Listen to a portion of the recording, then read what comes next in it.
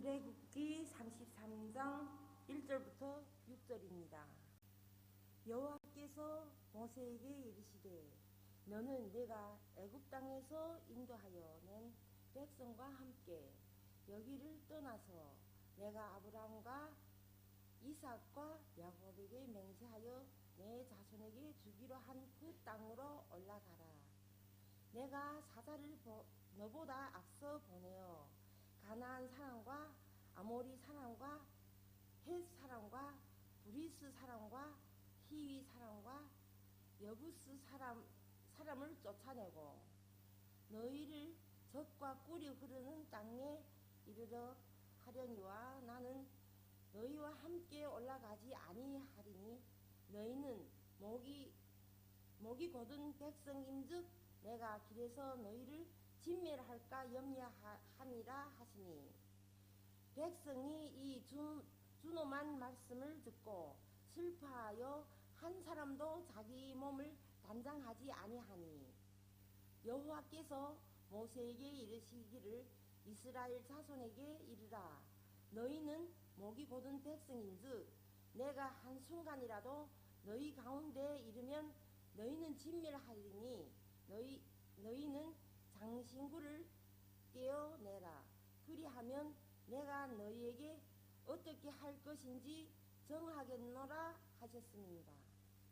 이스라엘 자손이 호렙산에서부터 그들이 장신구를 떼어내니라. 아멘.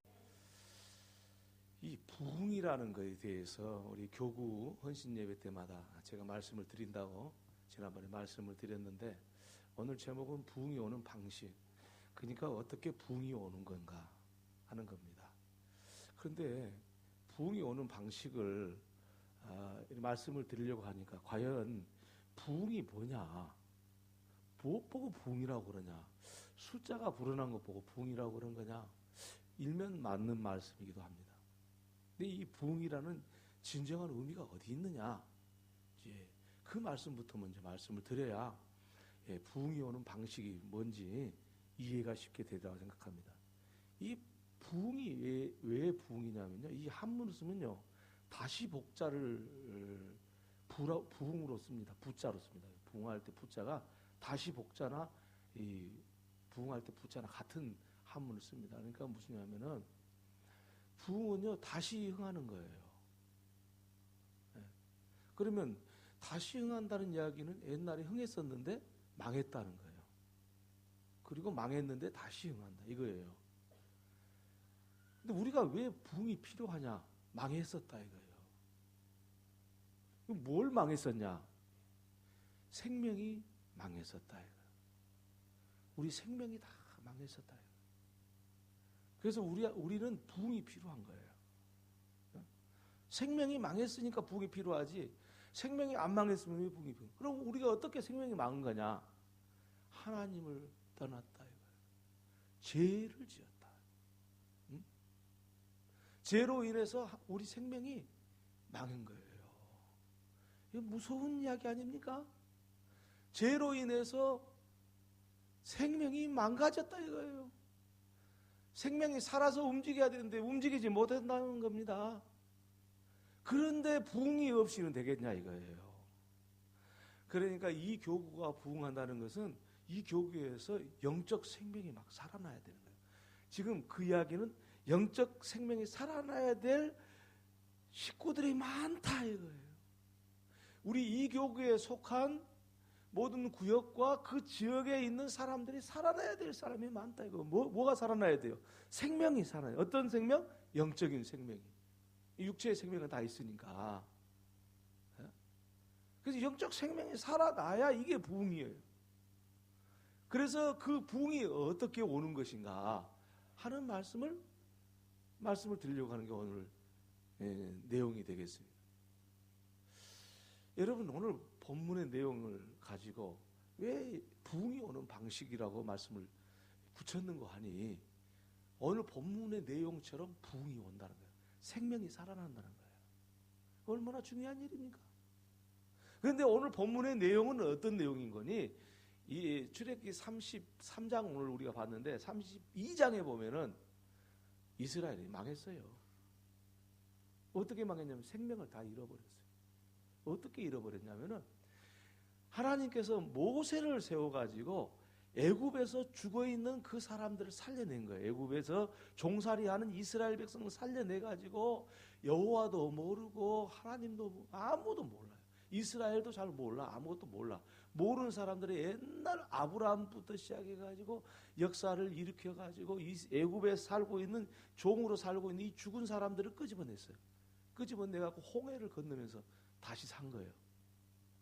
홍해를 건너면서 홍해를 어떻게 건넜습니까? 이게 하나님이 생명을 살리는 순간이었거든요. 그래서 고린도전서에는 고린도 10장에는 뭐라고 이야기하냐면 이 출애굽 이 홍해를 건넌 사건을 보고 세례를 받는다고 그래요. 세례를. 이스라엘 백성이 홍해를 지날 때 세례를 받았다 그래요. 세례를 받던 건 살아있다, 살렸다 그래요. 그래서 이스라엘 백성이 어느 때 사냐면요, 홍해를 건너면서 사는 거예요. 야, 우리가 하나님의 백성이구나. 하나님이 우리를 살려줬구나. 이스라엘이 어느 때 이스라엘이라는 모습을 찾기 시작하면 홍해 건너면서 찾는 거예요. 그러니까 홍해 이전에는 죽었었어요. 홍해 이후에는 살아난 거예요. 이게 부흥이에요. 그런데 문제는 말이죠. 그렇게 살았으면은 그 홍해 건너는 사건을 통해서 살았으면 될 일인데 거기서 멈춘 것이 아니고 또 죽었어요. 이게 참 죽었다 살아났다 죽었다 살아났다 우리가 얼마나 많이 하는지 몰라요. 어떤 사건을 죽였냐면은 모세가 시내산에 이르러 가지고 하나님의 말씀을 듣고 시내산으로 올라가는 거예요. 뭐하러 올라갔냐면은 십계명을 받으려고 올라갔어요. 물론 모세가 갔더니 십계명이 하나님이 주셔서 알았지만은 하나님이 불러서 모세가 여호수아하고 둘이 시내산을 올라간 겁니다. 올라갔는데 이 모세와 함께 이스라엘 백성을 애국에서 끌고 온 사람이 누구냐면 모세의 형님이신 아론이에요. 아론과 모세 함께 이렇게 끌고 오는 건데 아론은 시내산에 안 올라가고 여호수아와 모세만 이렇게 올라간 거예요. 왜냐하면 여호수아는 모세 종, 지금 말하는 비서 역할을 한 겁니다. 그래서 올라갔는데 거기서 며칠 있다면 40일이 있는 거예요. 근데 그 40일을 못 참고 물론 40이 될지 100이 될지 몰랐기는 했지만 그 얼마 되지 않는 40일도 못 견디고 아론이 말이죠. 모세가 없으니까 백성들이 막 흩어지고 이게 지금 우리가 왜 여기서 머물러야 되는 건지 왜 시내산에서 왜 머물러야 되는지 알지를 못하고 방황하고 그러니까 아론이 생각해낸 게 있어요. 야, 아무래도 지금 이 애굽에서 건져내서 홍해 바다를 건널 때 이스라엘 백성으로 이제 규합이 됐는데 아니 모세 지도자가 지금 시내산에 가가지고 안 내려오니까 이 사람들이 문제가 생기구나. 그래서 아론이 뭐라고 했냐면 백성들아 애굽에서 가지고 온 금붙이 있지 않냐? 그거 다 가져와라. 그래갖고 그것을 녹여가지고 우리가 애굽에서 우리를 건지는 실을 하나 만들자. 왜? 모세는 지금 산에 올라갔으니까. 그래가지고 금붙이를 다 걷어가지고 금송아지를 만든 거 아니겠습니까? 그러면은 하나님께서 그들을 애굽에서 끌어내서 홍해를 건널 때 살려줬으면은 하나님 말씀대로 하나님만 따라서 하나님만 바라보면서 살아야 되잖아요. 그런데 모세가 어디 갔다고 해가지고 시내산에 올라갔다 해가지고 금송아지를 만들고 거기 금송아지 앞에서 광란의 춤을 추면서 그들이 단합을 하는 거예요. 단합을 해도 단합한 그것처럼 단합해야 될 일인데 놔두세요. 권사님 괜찮아. 단합해야 될 텐데 이 금송아지를 올려놓고 이 단합을 하는 이게 뭐가 되겠습니까? 하나님을 버려버린 거예요. 다시 하나님을 다 떠나버린 거예요. 그래가지고 모세가 내려와서 그 보니까 십계명을 받아도 보고 보니까 우상을 섬기지 말라. 하나님 외에 다른 신 섬기지 말라. 그게 첫 번째, 두 번째 계명 아니에요? 모세가 화가 나가지고 던져버린 거예요. 이스라엘 백성을 향해서. 알고 보면 이 모세도 보통 성질이 아닌 것 같아요. 근다고 하나님이 줬는데 그걸 가 던져버렸어요. 그런데 이 모세는 하나님을 뜨겁게 사랑하다 보니까 그랬으리라 생각을 합니다만은 모세도 보통 성격이 아니었는가 봐요. 그러니까 옛날에 모세가 애굽의 왕자일 때 이 애굽 사람을 죽였잖아요. 그리고 모세가 살인자잖아요. 십계명을 던져 화를 내요. 하나님 앞에 엎드리니까 모세한테 하나님이 그러면 나 너희들 백성 버렸다. 다 버렸다. 하나님이 버렸다 이거야. 그러니까 모세가 이 출애굽기 32장에 유명한 기도를 합니다. 하나님께서 애굽에서 건져내셨고 아브라함의 하나님, 이삭의 하나님, 야곱의 하나님이라고 말하셨는데 하나님께서 이 백성을 버리시면은 어떻게 되겠습니까?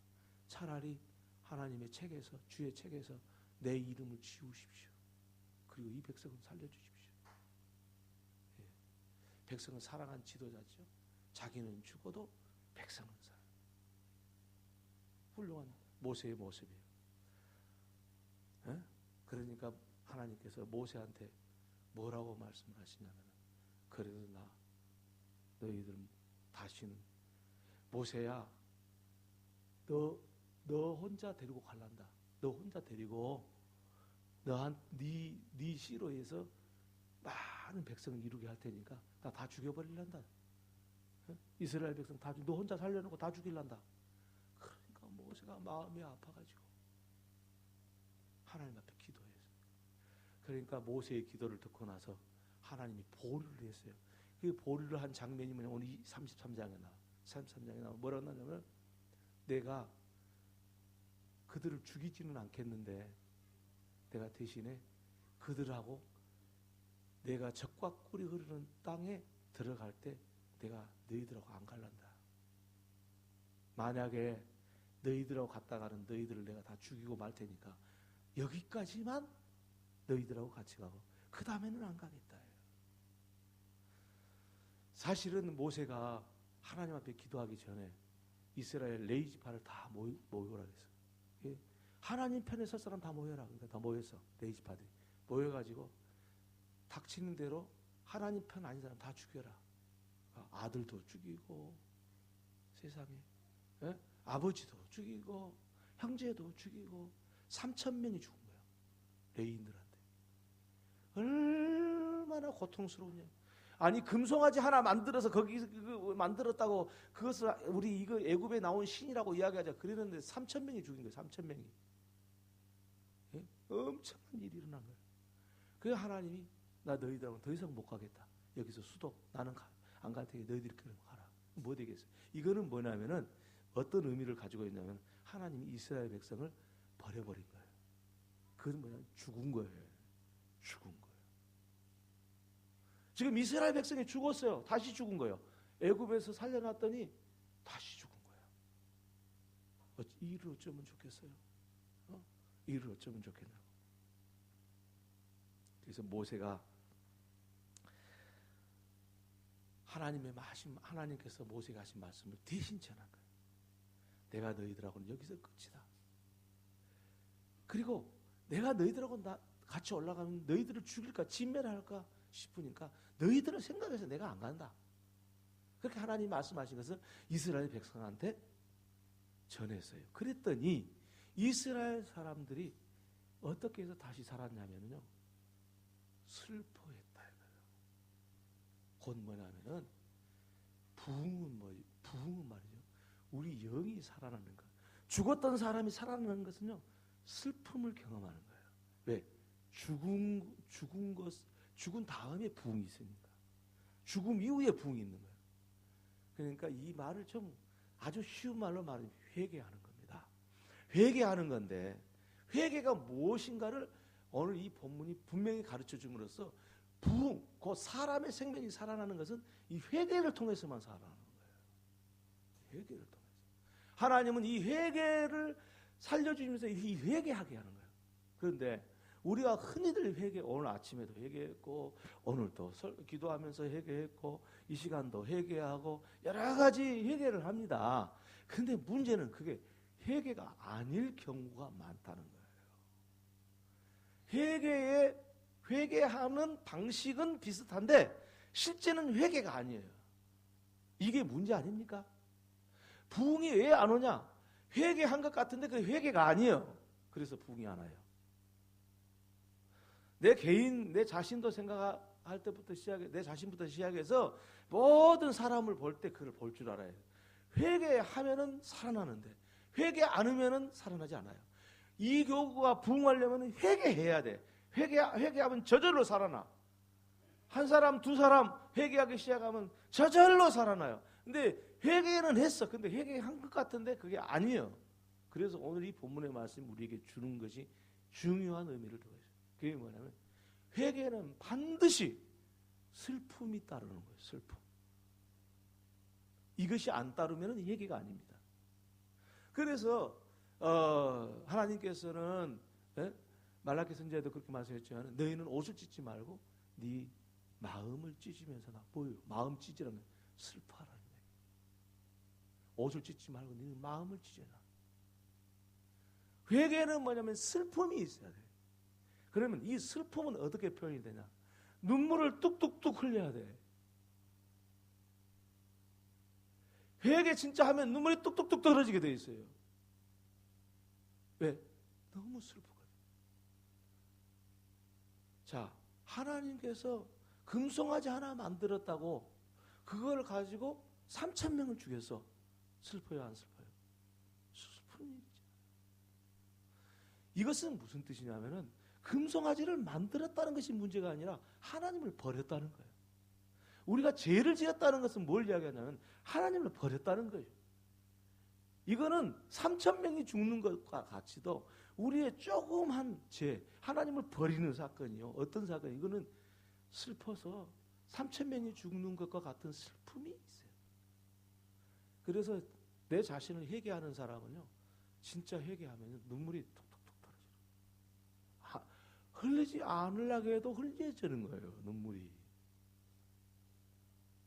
그러니까 회개를 하실 때 내가 회개했냐 안 했냐, 그것은 눈물이 났냐 안 났냐 그거 보면은 그게 그 기준이 되면은 뭐 꼭 그렇다는 건 아니지만은 그것이 기준이에요. 그게 물론 눈물 안 흘리고도 슬퍼할 수 있어요.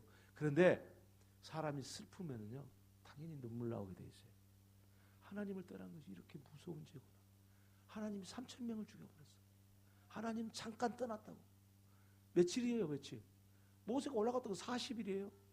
잠깐 떠났다고 3,000명 죽였어. 이렇게 하나님 떠난 것이 이렇게 무섭구나. 조그만 죄가 이렇게 무섭구나. 눈물을 뚝뚝뚝뚝 떨어져야 되는 거예요. 이거 회개예요. 여러분 눈물 안 나는, 눈물 흘리는 회개 안 해본 사람은요 아직 뭘 모르는 사람이에요. 눈물이 나게 돼 있어요. 툭툭툭 떨어지는 거예요, 눈물이. 응? 우리 이 교구 회개의 역사가 일어나기를 축원합니다. 온 교회가 회개의 역사가 일어나기를 축원합니다. 눈물을 흘리면요 누가 역사하냐면은 하나님이 역사해요. 그러니까 이 눈물 보고 사람들이 눈물 보고 살아나는 거예요. 이 눈물 때문에 내가 눈물 흘려야 내 아내와 남편이, 내 자식이 눈물 흘리는 거지. 내가 눈물 안 흘리는데 무슨 내 자식이 회개하고 돌아오겠어? 내 남편이 무슨 회개하고 돌아오겠냐? 어? 우리 이웃이 눈물 안 흘리는데 무슨 이웃이 회개하고 돌아오겠냐고. 그래서 부흥은 어떻게 오는 거냐? 눈물 흘리면 온다. 할렐루야. 눈물 흘릴 때까지 기도하세요. 눈물 흘릴 때까지 진심으로 거짓말 하지 말고 그냥 지나간 말로 하지 말고 그냥 보기 좋게 하나님 미사오고 쓸 필요도 없어요. 눈물 흘리면 그게 회개예요. 아직 눈물 흘려본 적 없는 사람 아직 회개의 깊이를 모르는 거예요. 눈물을 흘릴 때까지 기도하세요. 근데 계속 기도하면요 내 죄가 얼마나 심각했는지를 내가 보게 돼요. 그러면은 그걸 보면은 눈물이 안 나올 수가 없어요. 그냥 눈물이 흐르는 거예요. 여러분 눈물은 흘리라고 해서 흘리나요?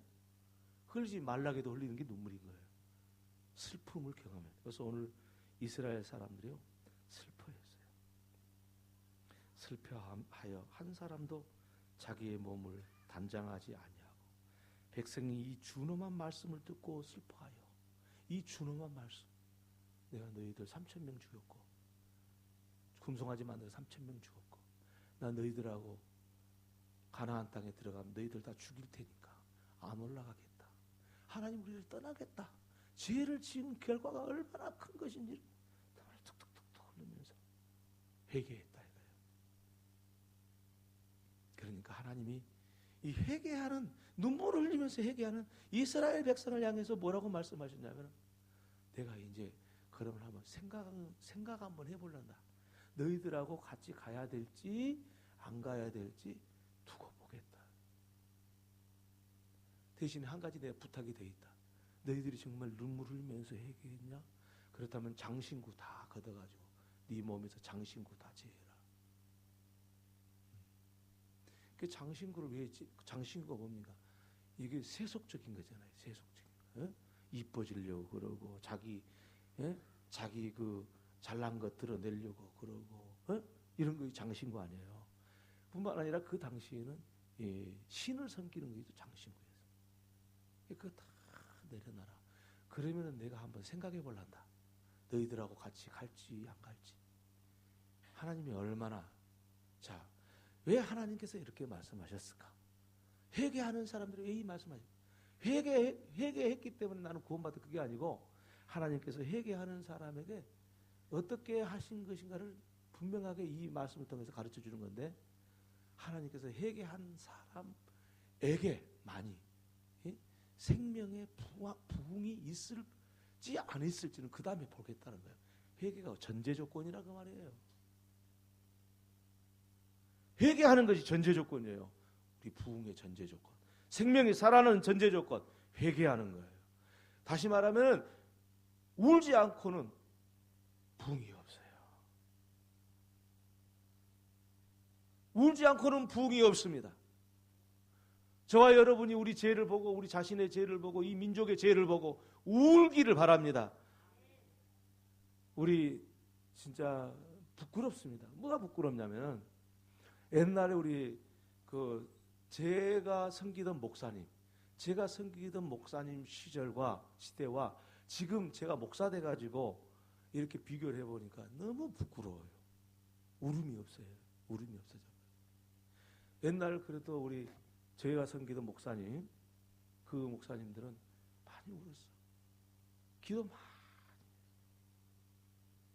근데 이 목사님들부터 나부터 그래서 제가 기도하는 거 있어요. 하나님, 옛날 우리 돌아가셨습니다만 그 목사님을 생각하면서 그 목사님만큼만 좀 하게 해주십시오.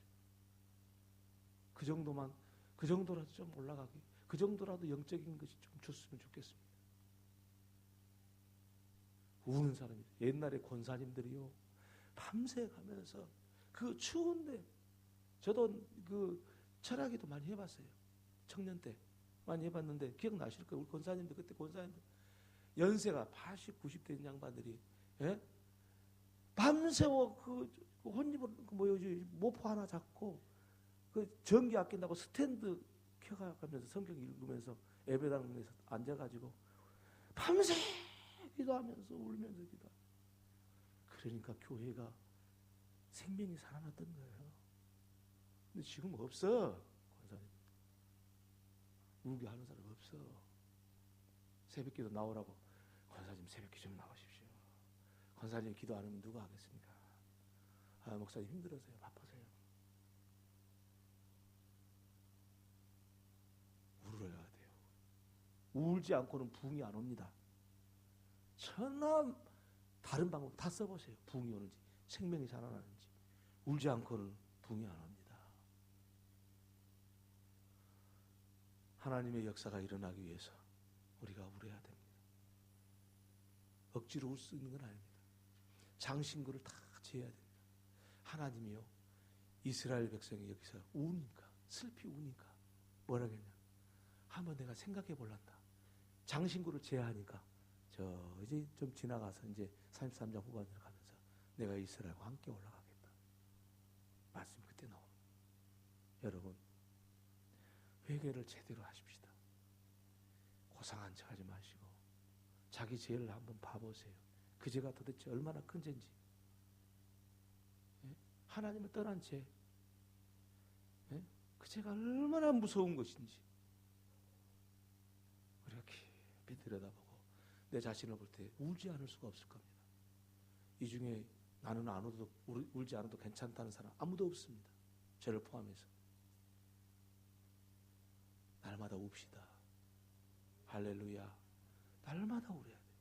그래야 생명이 살아나는 겁니다. 왜? 죽은 것을 보고 우리가 어떻게 안 울 수가 있겠습니까? 3,000명이 죽었는데 우리가 어떻게 안 울겠습니까? 이 나라를 보시고 우리 교회, 이 시대의 교회를 보십시오. 우는 자가 없습니다. 생명이 살아나지 않습니다. 오늘 이교구 헌신 예배를 드리는데 하나님께서 우리 이교구가 앞장서서 부흥의 역사를 이루기를 바랍니다. 온 교회가 주님 앞에 회개하고 돌아오는 역사가 있기를 주님의 이름으로 축원합니다. 기도합시다. 하나님 아버지 감사합니다. 하나님께서 은혜를 주셔서 오늘 우리가 회개할 수 있게 하시니 감사합니다. 우리 자신을 돌이켜보니 마음대로 살았습니다. 교회에 오고 싶으면 오고 직분 맡았는데 직분 감당하고 싶으면 하고 말고 싶으면 말고 자기 멋대로 살면서 그것이 죄인 줄도 모르고 살았습니다. 용서해 주옵소서. 네, 우리 자신의 죄를 볼 때 우리가 슬퍼할 수 있는 하나님의 성령을 주시옵소서. 그 영안을 주시옵소서. 이 교구가 출발점으로 해서 모든 성도들이 회개의 역사가 일어나서 많은 생명들이 살아나는 역사가 있게 하여 주옵소서. 예수님의 이름으로 기도 올려옵나이다. 아멘.